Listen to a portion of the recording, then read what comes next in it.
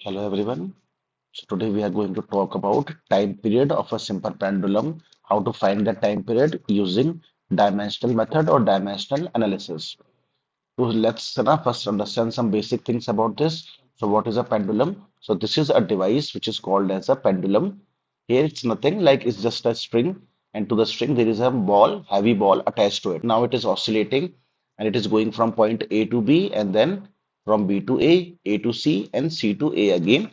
This complete motion is called one oscillation and we have to find its time. Okay.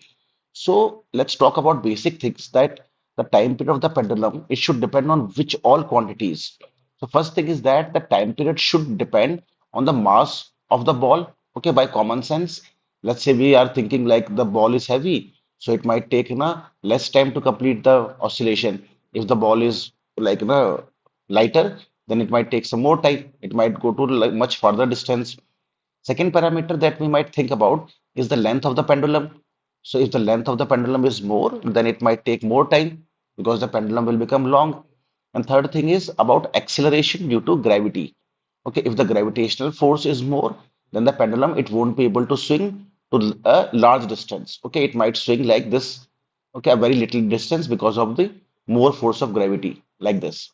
And if the gravitational force is less, so it should take like bigger revolutions like up to this distance.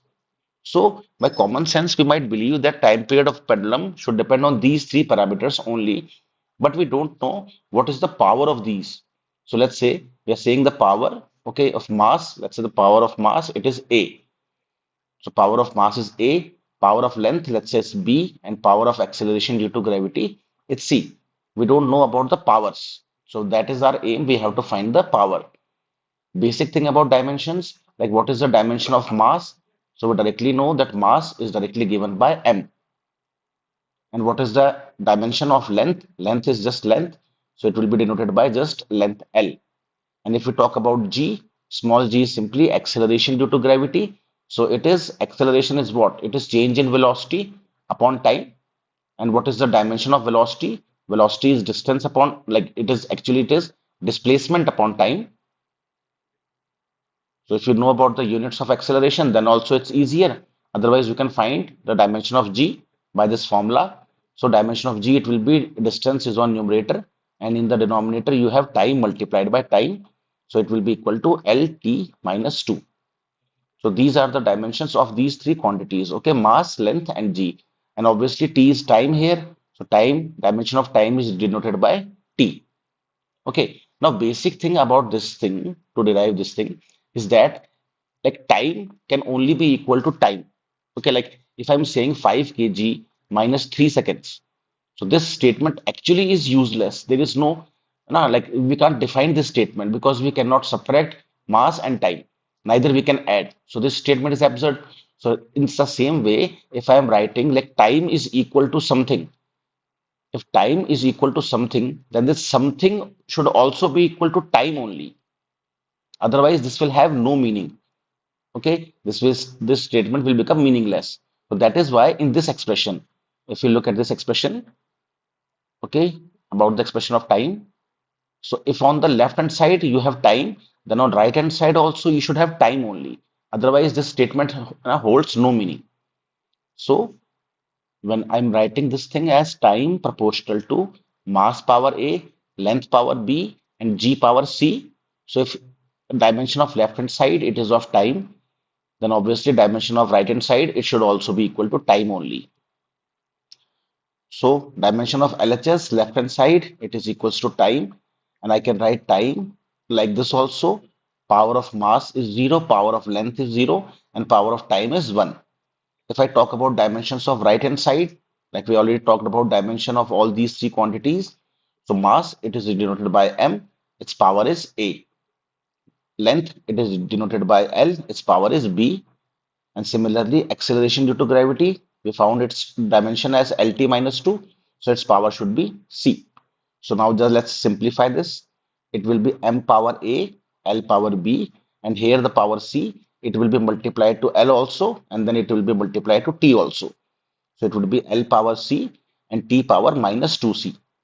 So if I'll rearrange this thing once again, it will be m power a, then power of length, both things, power b and c, both will be added. So power of length, it will be b plus c, and power of time, it will be minus 2c.